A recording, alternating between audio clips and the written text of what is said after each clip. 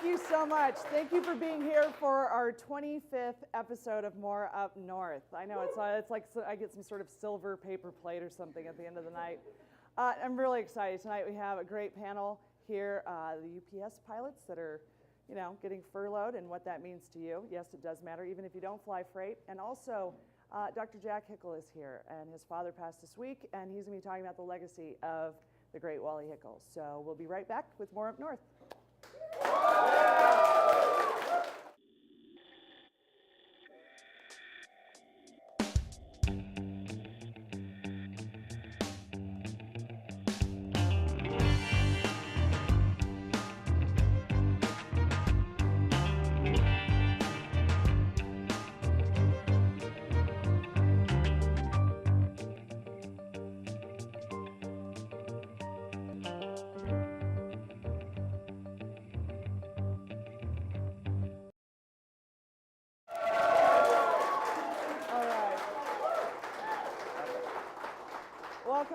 Welcome back to Moore Up North. I'm Shannon Moore, and I'm really honored that Dr. Jack Hickel has taken some time to be with us this week. He, of course, is the son of Wally and Irma Lee Hickel. He's a board-certified family physician who works at the working in Native Health in Anchorage. And for 15 years, he worked in Swaziland as a medical missionary, helping to run hospitals and bush clinics. His other projects include introducing the leaders of the Sudan to the owner state idea. You know what? I'm really grateful for you being here this week. And the whole state is feeling this loss right now. And I'm a bit embarrassed to even mention that we feel any compared to your family right now. How are you doing? It's been a tough 10 days. It really has. We have been really, supported by all the love that is, did I just drop something? Maybe not. No, you're good. Yeah, I just fell apart here. Really encouraged by all the love that people have expressed on the streets and at home and internet. It's really helped us. But Dad was a great man, and we really have not lost him. His spirit is still here, and his vision is still here, and there are people that are going to carry that on because he was speaking what is right and true. Yeah. And it's funny. It's very few times, and I've noticed this as I'm getting so much older now, that the more politicians you meet, there are people that you disagree with, and then there's people that just BS you. And your dad was just really, I didn't always agree with him. Sure. And there were times that people didn't agree with him, certainly, but he was kind of on a BS-free diet. He wasn't there to make you feel better or ooze you into things or kind of work your deal. It was kind of like, well, hey, this is the best deal for Alaska, let's do it. Why are we still talking? Yep. Absolutely. Because I don't agree with you yet. Well, we need to get it done. Come on, and pushing people along with that. And I wanted to ask you about, I'd written an article this week, and I mentioned a lot of different things about your dad, and the comments that kept coming back were like, how did I not know this about Wally Hickel? I saw him on the street, or saw him at picnics, or whatever, and I never realized that he was a war protester of sorts. Sure. He was an environmentalist of sorts, and very unwittingly. And so can you talk about some of the legacy things of your dad that, I'm so proud to say that I'm from a state with a man who was fired by Richard Nixon for protesting Cambodia, for protesting our military action there and the horrible things that were happening, and to not be so much a part of his party that he couldn't say what was right, whether it Kent State or Cambodia. Can you talk about some of the things about? There were some very exciting things. My dad, first of all, he wasn't doing anything really for his own glory.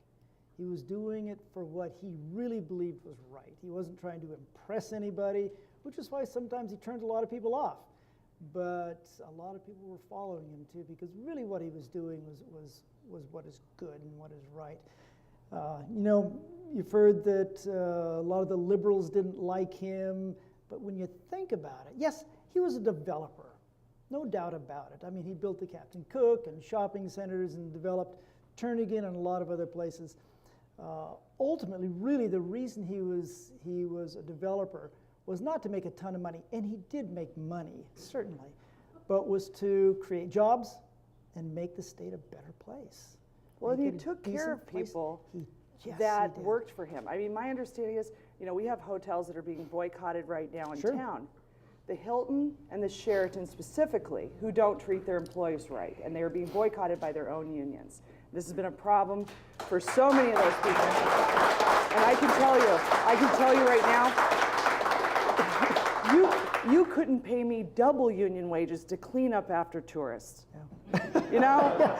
And the fact that they're willing to do it is amazing. But your dad didn't have that problem with people. He runs a union hotel, but he always, I've heard this from several people who worked for him back in the day, certainly this week, people were talking about this, that, hey, I was always treated like I didn't live in a drawer in the basement. Yeah, absolutely.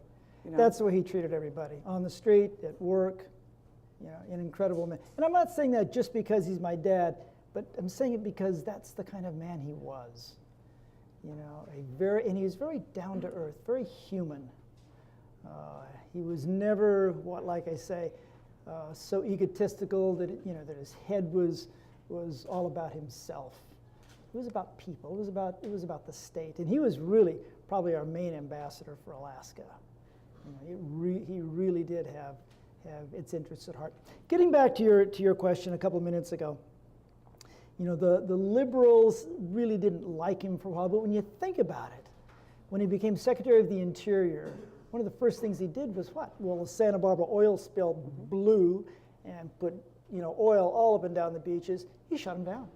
And everybody said, you can't shut you can't shut those platforms down. And he said, find me a law that says I can do it, and I will do it. And they went back to some maritime law, I believe, back Ironic. in the 1800s. Yes, and found a way that he could shut these platforms down. And he did. And then set up a lot of offshore oil drilling regulations, which hadn't been in effect until that time. There was and have been stripped since. Yes, and now what kind of mess do we have? The Everglades was going to be developed for a huge jet port, and he stopped that. Simply, not that he was against development, he was against development in that area because that's a very precious place that really belongs to everybody. The Everglades is unique, so he stopped development there. Very few people know that his last act as Secretary of Interior before he was fired by Nixon, which was a blessing, wasn't it? Oh, yeah. His last act was to put 8 major species of whale on the endangered species list, which still stands today. This is exciting stuff. It is that you think that, and I went through and watched like his confirmation hearings. I was like reading some of this week, and it was like the Sierra Club protested him. They would have a parade for Barack Obama if he could find someone with half of the conservation environmental thought of Wally Hickel to find right now. Yep, absolutely. Your dad goes in and goes, we're shutting him down. Yeah. Well, and then when we had our oil spill here, of course, he called them in and said, please, I love this story, but it was he got twice as much of what we waited 21 years to have the Supreme Court cut down. Yeah.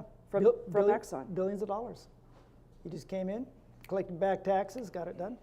What was it over $4.5 billion in back taxes, I believe, and then said, I'd like in back taxes. This isn't new taxes. This is the ones they shimmied out of at some point. That's right. Absolutely. And so he got that into the state coffers, and then also said, I'd like $1 billion for this oil spill that you plopped down on us. Sure. Yeah. It was amazing. Yeah, it is. Why the other governors didn't get the back tax, we knew that they owed it, but they were afraid to stand up to the oil companies. He finally just called the leaders into his office and says, pay up, you owe it, and they paid up. Was it because he was such a good boxer? I think probably so. He has that picture in his office of him like this. I know. I always thought, I was like, it's great. That's not intimidating. It's like why don't you just have a jar with a head in it? Come on in. No, I'm not going to hurt you at all. It was just great. So, in his later years, though, even though people didn't